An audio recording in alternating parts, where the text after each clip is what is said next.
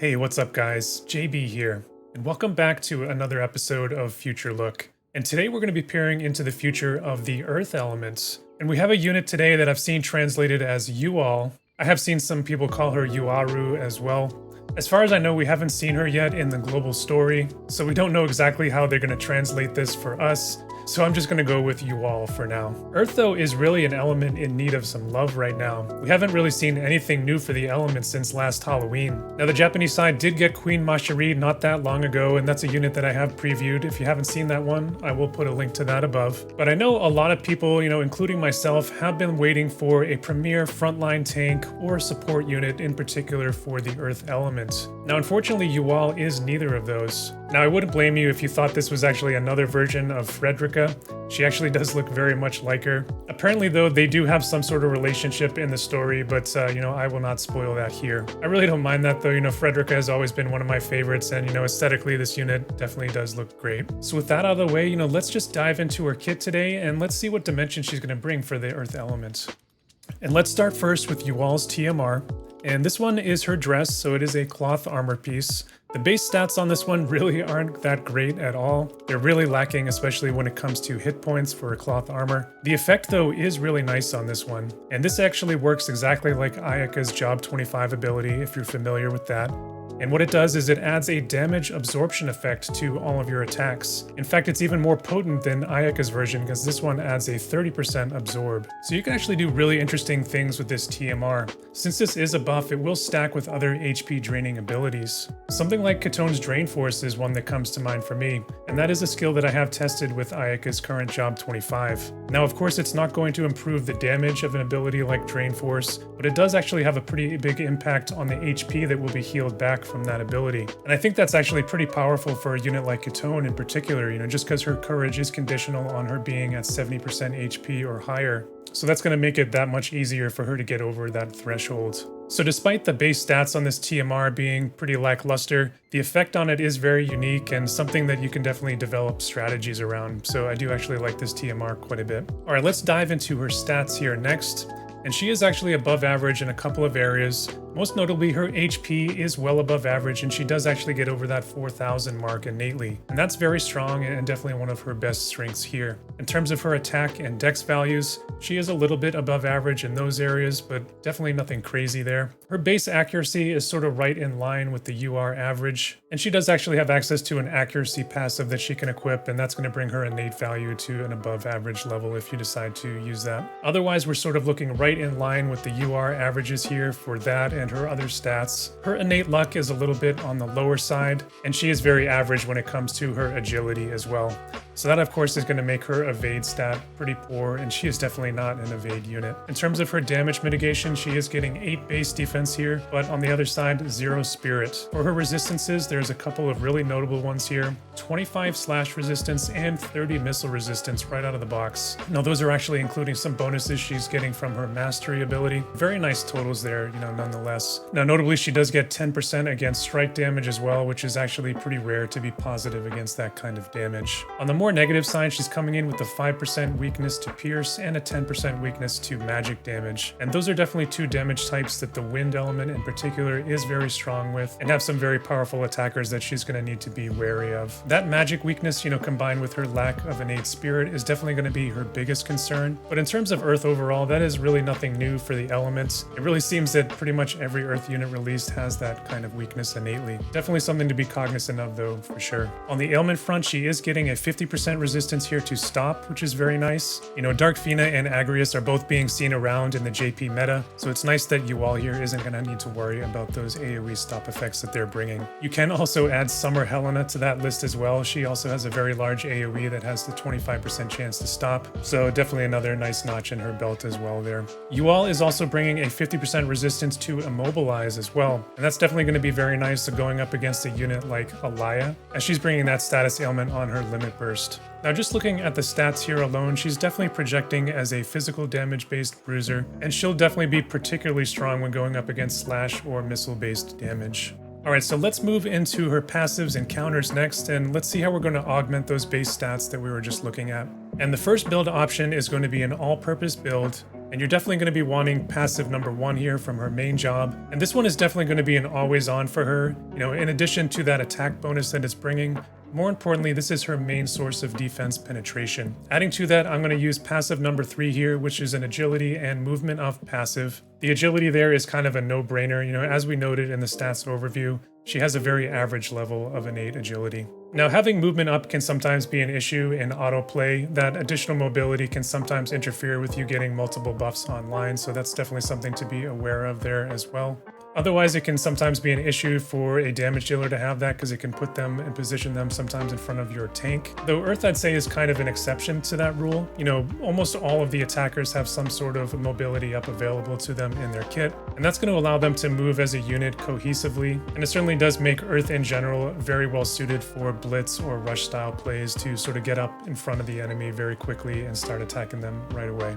All right, so build option 2 is an all-out damage build, and that's going to use passive number 1 as well as passive number 5 here. And that one is going to give her some additional hit points to sort of build upon that core strength that we were looking at in the stats overview. Now, my third potential build here would be to mix in some accuracy with her pugilist passive, which is passive number 2 here. It's not my favorite accuracy passive in the game, you know, just because a main focus of this passive is to upgrade her flurry counter ability. And that counter is very limited in its range, and as we'll see here in a moment when we look at her counters, it's probably not going to be one that you're going to be wanting to use anyway. The accuracy, though, is there if you need it. All right, so moving into her counters, and she does actually have a physical reflex, and I do actually like that quite a bit on a physical bruiser unit here like you all. If she's able to mix in a reflex or two, you know, that's just going to improve her overall survivability and sustain and make her that much harder to kill. Now, she does have access here to Swords Guard as well, and I'd use that in cases where you're going to be anticipating some magical attacks coming her way as well. All right, moving into you all's all-new main job, and we're going to start first here with her buffs. And her self buff is going to give her courage, and she actually gets 2 casts of this, which is really nice. And on top of that, it's going to restore 20 AP back to herself. So in all, she's going to get roughly 34 AP when she uses this skill. And that's certainly going to put her in a spot where she could be run without Ziz's bells, you know, especially if you have some acquired AP in your build. Now, courage, as always, is a great skill to have on pretty much any unit out there. You know, there are actually a lot more ways to remove it in the game nowadays, but still a very nice skill to have nonetheless, and definitely a very desired one at that. Her second buff here is her party buff, and kind of along the same theme there as the first one. This one is actually going to provide a courage dispel effect to both herself and her allies. Very interesting buff here, and this is actually a first of its kind in the game. We've never seen a unit that can actually bestow this kind of ability onto another unit, so I think that alone makes you all very, very notable. On top of the courage dispel, you know, this one is going to give herself 25 accuracy on top of it, which, as we'll see here in a moment, you know, she doesn't have access to any sure hits in her skills. So if you are building towards an accuracy build, you know, this will definitely be essential to get online for you. Moving into the main job here, and her low AP skill is a range 1, also with a range height of 1. And this kind of range is very typical from what we've seen thus far from more strike-based units. And certainly that lack of range has been one of the reasons why none of them have been particularly amazing. This one, though, offers some nice utility, though, with that 20% agility break that it brings. Always a nice debuff, you know, especially for guild raids, it can be essential. Her second attack is a range 4 with a range height of 1 with a 165% mod. And this one is a teleporting attack, so she'll actually move to the panel in front of the enemy, and that's definitely going to help her mobility quite a bit. Prior to that damage hitting, it is also turning off any counters that the unit may have as well, and it is a 3-hit chain attack on top of that. Very nice skill here with a very solid 4 range on it as well, and that level of range is something that we don't often see on strike-based units. Her third skill here is a range 3 with a cross AoE getting it up to a total range of 4, and it has a range height of 1 with an additional range height on the AoE as well. And prior to the damage, this one is giving her a 3-turn buff of an additional 40% defense penetration, which will put her at an 80% total defense penetration prior to gearing. Now, this one does have a conditional modifier increase of 60 if the target has one of the following buffs, and that would be defense up, AP restore, or haste. So we have a potential 225% strike mod here, while also putting her in a position to almost completely ignore defense. So this is a very strong skill for her, and I always do like these skills that kind of give you that mid-battle damage buff without having to spend time using a TP skill. So this one is just going to hit like a truck. You know, the majority of units in War of the Visions do carry a strike weakness. Alright, her last skill is a range 2, range height 1. It has that block style 2x3 AoE. And prior to the damage, it is breaking physical barriers of the opponent. It's definitely notable that this one is an AoE barrier break, and this is her second area of effect option. And that's certainly been a rarity so far for strike-based jobs in the game. Monk and Pugilist thus far have been relegated mostly to single target damage. Alright, last up is going to be her Limit Burst here. And again, we have a decent range on this one with a range of 4. It has that range height of 1 once again. And prior to the damage, this one has a general Dispel effect. And that's always really nice when that Dispel comes prior to the damage, as that's going to knock off any damage mitigation buffs or haste or anything of that nature that the unit may have buffed up prior. As a secondary effect, this also is giving her a 5% AP restore after she uses it. So this is another nice addition here, along with that Courage ability that we looked at earlier, and definitely is going to help her AP sustain in battle. Alright, let's move into the sub-jobs for you all. And her main job is going to give her 2 additional abilities. The first one is a short, 1-range AoE attack. Kind of an interesting one here because it's a cross AoE centered on herself. Pretty decent attack though, you know, if you can get in range to line this up, it is actually an AP break. It's going to remove 15 AP from anyone that it hits. The other skill she gets here is another buff for her, and it is actually a pretty decent one as well. It provides her a hefty 60% attack buff for herself, and it does last for 3 turns. As a side effect, it does knock her spirit down by 5. I think though, in the cases where I'd be using this buff, you know, I'd be focusing on physical-based teams. You know, as we talked about in the stats overview, going up against magical-based foes is definitely not her strong suit. Now, next up, she's going to have the Pugilist sub-job, and this is definitely not my favorite job in the world. It is really limited, you know, in terms of its range. The Demon Purger skill, you know, that's decent enough. The modifier on it can get quite high, you know, if you've taken several hits in battle.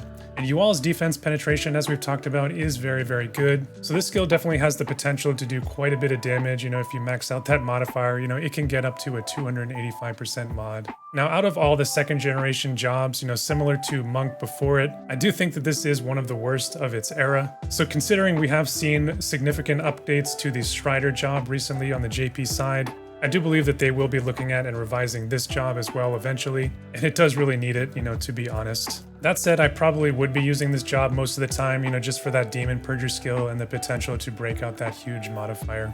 Knight is going to be her last sub-job, and similar to Pugilist, you know, this one is definitely a job in need of retooling. It is a job that's mostly been relegated to PvE status, you know, thus far in the game, and it is definitely very nice for that purpose. I do have a feeling that this job is going to be seeing significant changes in the near future as well. So definitely something to look forward to in terms of that rebalancing. In the meantime though, that 25% agility down on Trinity Break is about as good as it gets for guild raids.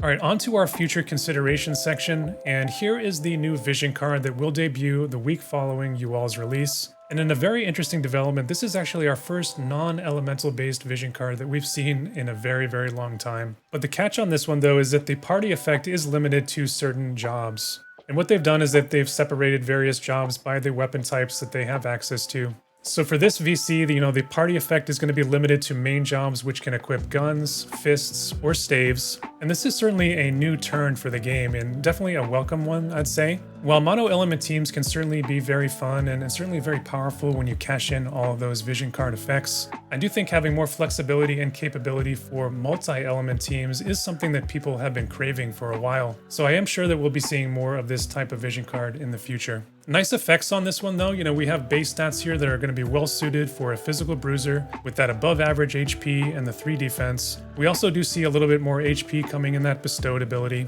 Now notably here, the party effect is giving a 30 human killer, which is more than we've seen in the past for this kind of effect. That has traditionally been limited to a value of 25 in past vision cards. Now paired with that are a couple of defensive effects with the 20 missile resistance and 16 crit evasion. And that crit evasion is also increased in its potency from what we've seen before in secondary party effects. And with that, we'd actually normally be expecting to see a 10 value there for that crit evasion as a secondary party effect. So that is also being enhanced here as well. So this is certainly an interesting and frankly pretty exciting development for the game in my view, both in the card type here and in the increased party effectiveness as well. And this does seem to signal a potential new era in terms of team building for War of the Visions going forward.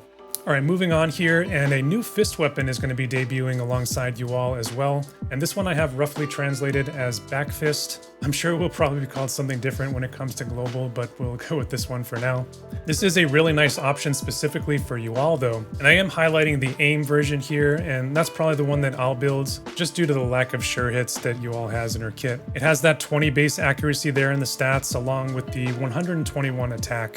It has that standard 15 strike attack passive that anyone equipping this will get, but alongside that it does have 3 conditional passives, all of which are for you all only. Now one of them is providing a passive effect that will recover her health when she hits a 20% HP threshold or lower. And this is the same as the buff that we've seen on Bold Leela, and in the future we'll see on Snow as well. And it is particularly nice that she'll actually have this effect passively, just for equipping this piece of equipment. And it's not something that she'll need to actually buff up and put on herself in battle. And as we've seen in the case of those 2 units that I mentioned, having that heal back effect while also having courage on is definitely a really strong combination. Now alongside that, it is actually getting a 30% reaction block and 15 accuracy on it as well. So that is one of the main reasons that I have gone with the aim version here, because she's going to actually have a 35 total accuracy here between the base stats and the passive. And that's definitely a very nice level of accuracy for one slot, and you'll definitely be able to forego an Alex ring and run a piece of armor on her there instead. All right, flashing over to our 2022 timeline, and we've just got Eliza and Dark Fina here in Global,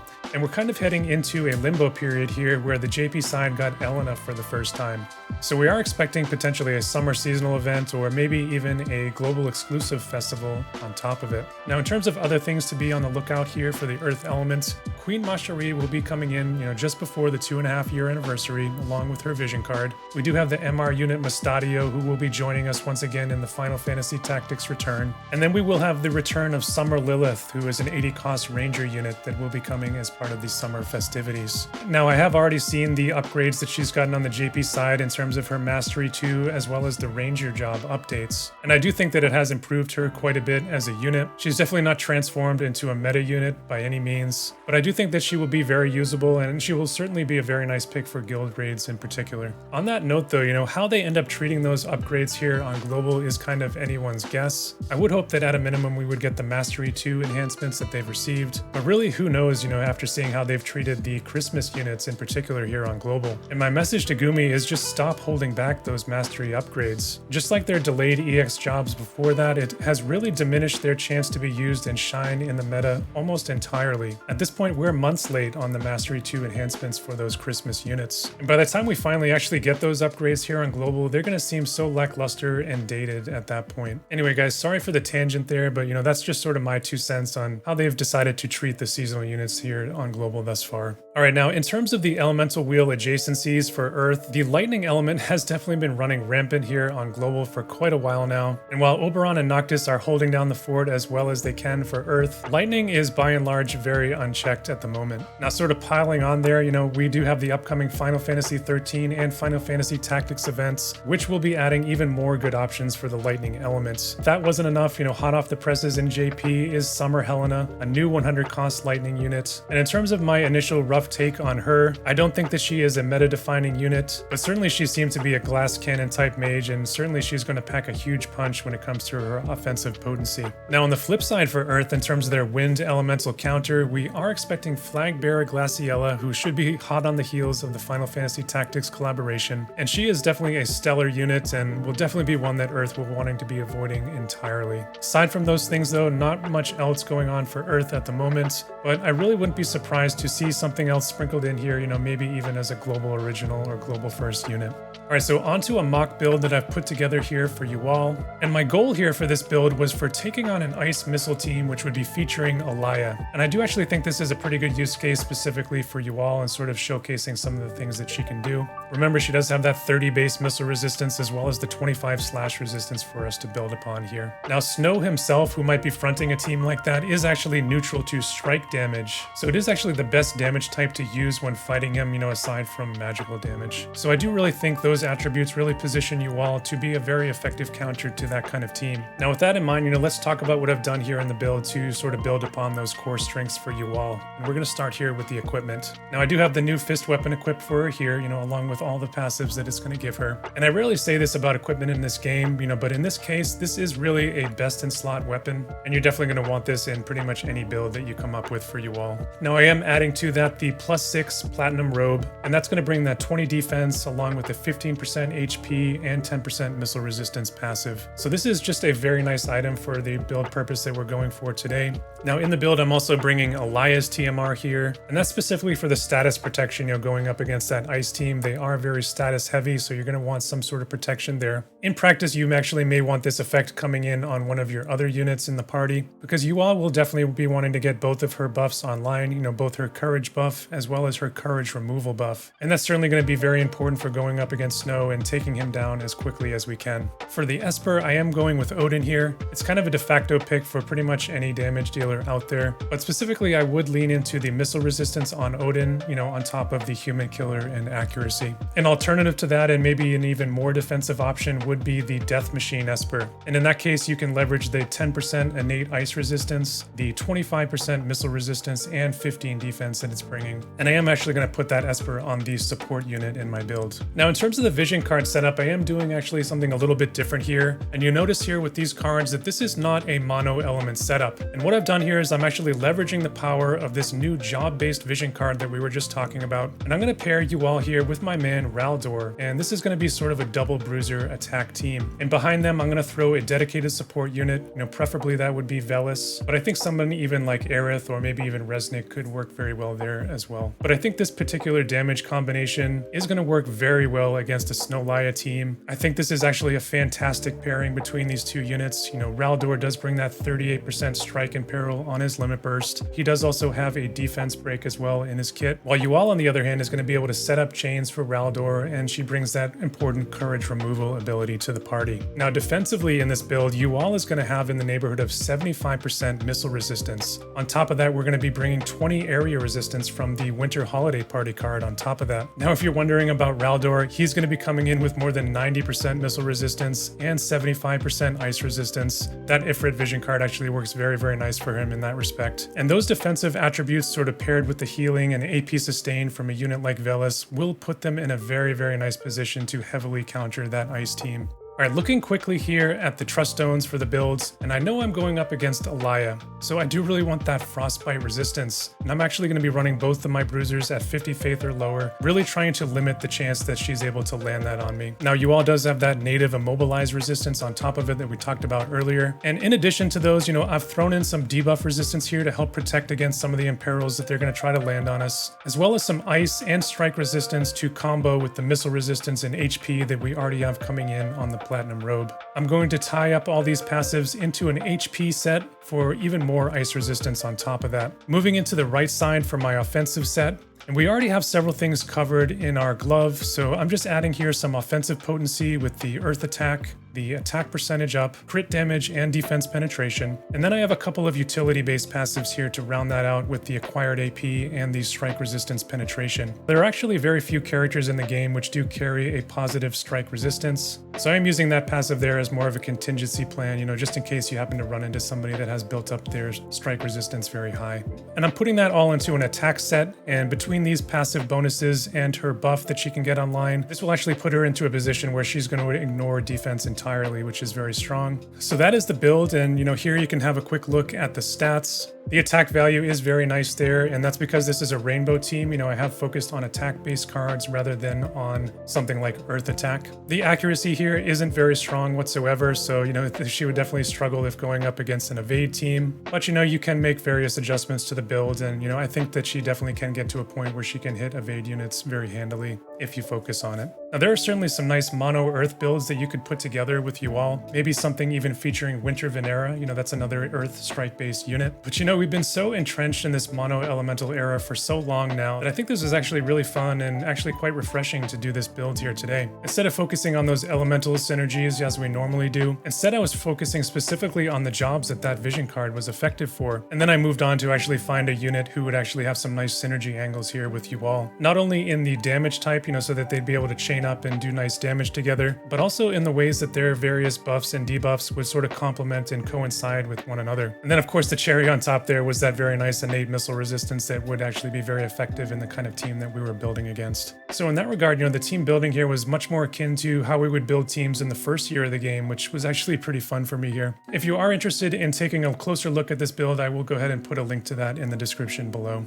So what is my verdict today on you all? For my pros, this is a very nice physical bruiser. Not only is she bruiser class in terms of her hit points, but she does have some very nice resistances to back that up. She has that 8 base defense, these strong resistances in missile, slash, and even strike damage. But on top of that, she has the nice survival tools. She has that physical reflex, the 2 casts of courage, and the auto heal back ability from her new weapon. Her TMR effect, which brings that damage absorb capability, as well as her unique and first of its kind party buff, which will add courage removal to any of her allies' attacks, is also a very nice utility to have, all the while providing that very potent strike damage type. And that paired with her high defense penetration, will have her damage output at a very nice level against many units out there, most of which are carrying an innate strike weakness. On the more negative side, Yuval here is really going to struggle when it comes to dealing with any sort of magical scaled attack types. Not only is she lacking when it comes to magic resistance, but she doesn't have any innate spirit to fall back on.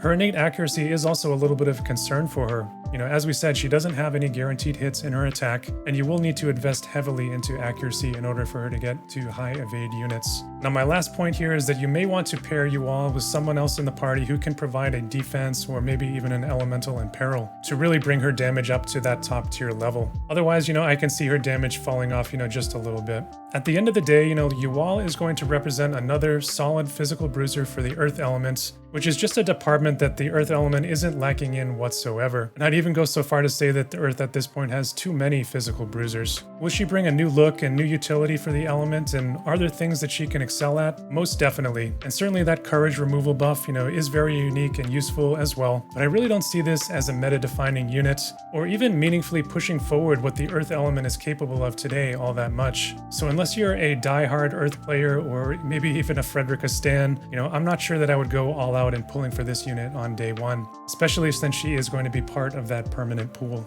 Alright guys, so that is the Yuval review today. Cue that lost music. And I'm still really waiting for that killer strike unit to enter War of the Visions. Although Yuval is very solid, I don't think that she is it. Final Fantasy VI Sabin, when are you coming home? My wallet is definitely ready. As I said though, Yuval is definitely a nice physical bruiser, and I think with her 3-hit chaining and her agility break, she can be a pretty nice guild grade unit for you as well. As always, let me know what you guys think in the comments. Do you agree? Do you disagree? Is this a unit that you're excited about? Or is she just sort of a wait for her to come and work on passively kind of unit for you? Personally, I think the thing that I'm most excited about with this unit's release is that new job-based vision card. So I do hope that we see more of those coming down the line to sort of open up the options when it comes to multi-element team building. If you enjoyed the video today, hit that like button. It really helps me out with the YouTube algorithm and getting this video out to more people. And if you like what I'm doing here on the channel, hit that subscribe button if you want to see more. And that's really all that I have to say for today. So as always, stay safe out there, and I'll see you guys in the next one.